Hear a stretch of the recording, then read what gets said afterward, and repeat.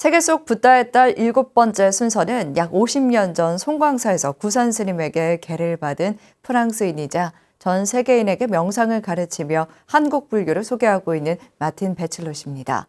가나선과 마음 챙김 명상의 깊은 조예를 보여주고 있는 마틴 베칠럿 씨를 최준호 기자가 인터뷰했습니다. 안녕하세요, 베칠럿 씨. BTN 불교TV의 최준호 기자입니다. 코로나 팬데믹 직전에도 방한해서 저희 BTN과 인터뷰를 하셨습니다. 먼저 시청자들을 위해서 본인 소개를 간략히 부탁드립니다. So I am Martin Bachelor. I am a French person, and I live in France now. But in the past, when I was younger, I became a nun in Songwangsa, and so I was a bhikkhuni.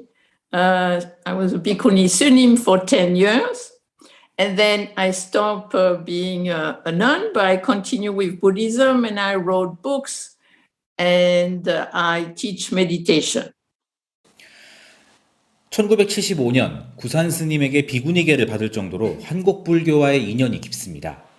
어떻게 한국에서 비구니계를 수지하게 되셨어요? So this was long ago. This was in 1975. And in those days, Korea was not that well known.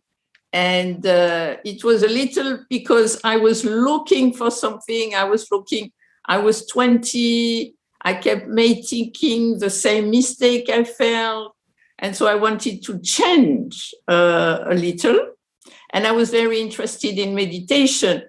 And so I was traveling in India, in Thailand. And then I met some Korean monks who were living in Thailand, and they told me that there was lots of meditation in Korea. So I thought, oh, I could go to Korea and visit and see what's happening there.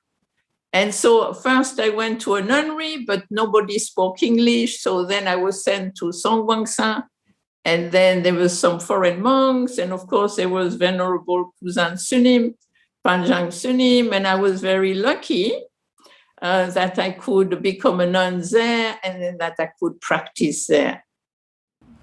베칠럿 씨께서는 한국의 간화선 수행을 오래 해오셨고 또 마음챙김 명상도 하고 계십니다.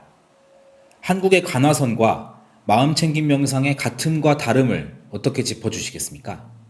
And personally, I think the Korean song, the Wado meditation, is wonderful. But it's a little direct. And so personally, I think it combines very well with mindfulness meditation. Because what I realized, having practiced in Korea, having practiced mindfulness meditation, is that actually what is important in the meditation is also what we are doing when we meditate. And when I was in Korea, Master Kusan said again and again, song, song, jok, jok. Cultivate brightness, cultivate calmness. But then if you look at the early text, the early Pali text, then there the Buddha said the same thing, that you need to practice together samatha and vipassana. And then I realized you just do it in a different way. When you do the mindfulness meditation, the focus is something in the experience.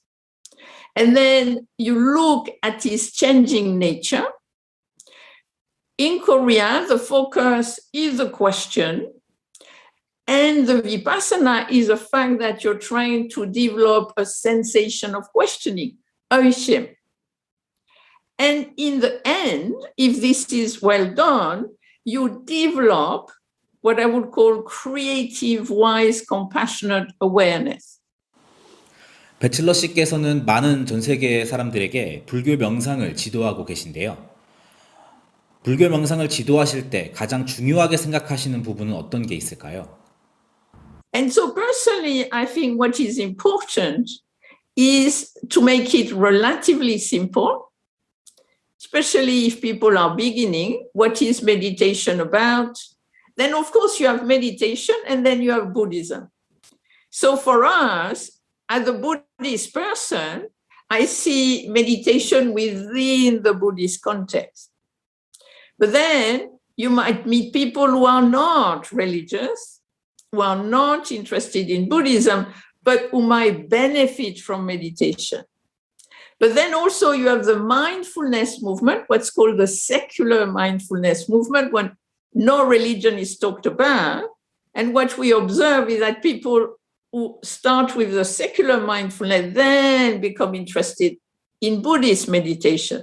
So again, they want something which is kind of wider, because when we teach meditation, what is very important is not separate from the other quality. And I mean, in Korean Buddhism, of course, what is very important is that we practice the three training of ethics, meditation, and wisdom. And so when I teach, generally this is what I would emphasize. Yes, this is a meditation retreat. Yes, we're teaching meditation, but we're also teaching meditation so that you can bring this in your daily life.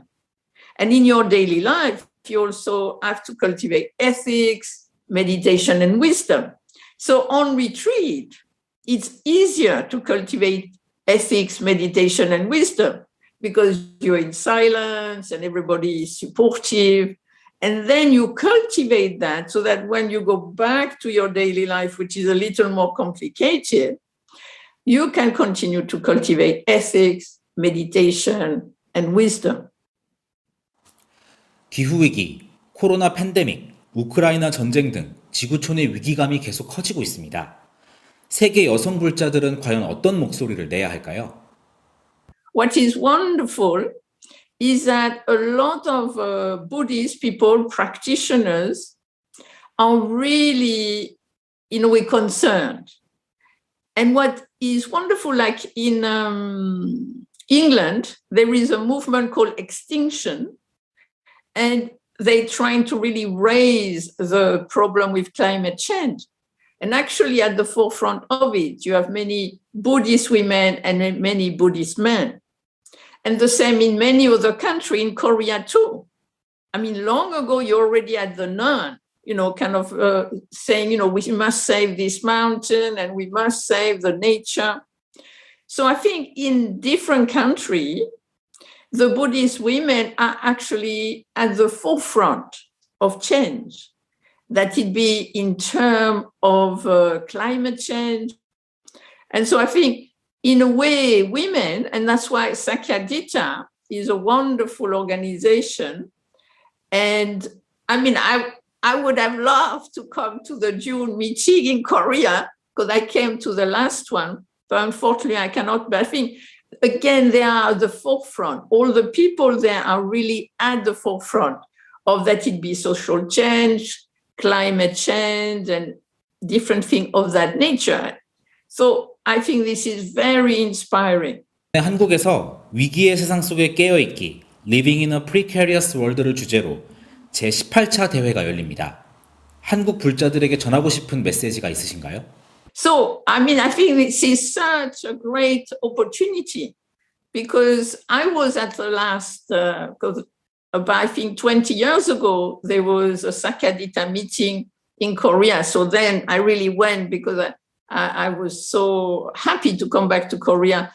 And the Sakyadhita meeting are such an opportunity to share with each other, to inspire each other. So I'm very pleased that next year it's going to come again to Korea. And unfortunately, I won't be able to be there. So I really will miss it. 감사합니다, 마틴 배칠러 씨.